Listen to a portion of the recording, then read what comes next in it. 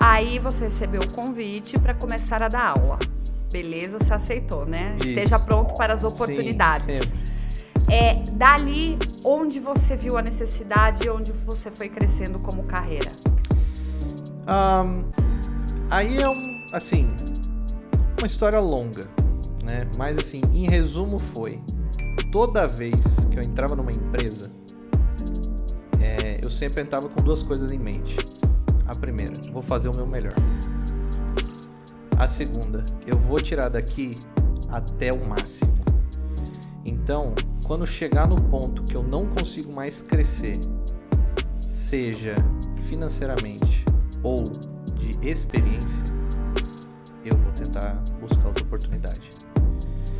Então, todas as minhas oportunidades foi baseado nisso. Então, eu fui indo até onde chegou um ponto que eu percebi que falei, daqui eu não cresço mais. Falei, aprendi tudo que aqui dava para me fornecer. Vou procurar outra oportunidade. E aí foi quando, nesse caso, eu fui abri uma vaga na própria escola que eu fazia curso, que na época era a Microcamp. Abri uma vaga de professor lá. Eu fazia curso lá, eu era aluno lá.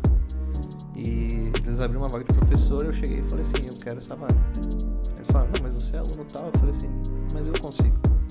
Me põe na entrevista, me põe no processo seletivo. Se você quiser, eu dou uma aula pra quem você quiser aí e eu vou atrás. E aí eu entrei, fiz todo o processo, passei como professor da Microcamp. Tanto que eles tinham uma regra que, no caso deles, assim, você é permitido trabalhar a partir dos 16, registrado, né?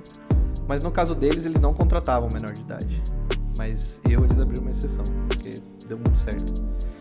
Então toda vez foi isso. E aí foram muitas empresas assim que eu trabalhei e fui progredindo. Eu passei por outros cargos de tecnologia sem ser desenvolvedor. Então eu já fui administrador de sistemas, já fui gerenciador de redes, né? Mas o desenvolvimento de sistemas sempre esteve junto a tudo isso. Então eu fazia freelance por fora. Ou, como eu falei, eu trabalhava numa empresa, eu não era o desenvolvedor, mas a empresa tinha o setor de desenvolvimento. Eu chegava lá e falava, tá precisando de uma ajuda aqui? Posso fazer uma tarefa nisso? Pode fazer. E assim foi indo. Até quando, de novo, eu cheguei num ponto que eu estava numa empresa, eu estava muito bem nessa empresa. Já, principalmente financeiramente. Mas eu olhei e falei assim, eu ainda não sou desenvolvedor, especificamente. Eu já programo, eu sei desenvolver, eu faço alguma coisa que outra, mas não é ainda, não é a minha função aqui, não é ser desenvolvedor. E eu quero isso, então eu vou atrás. E aí surgiu o ponto de que chegou um momento que se eu quisesse focar nisso, eu ia ter que dar um passo para trás. Por quê? Eu estava numa empresa muito bem como analista de servidores.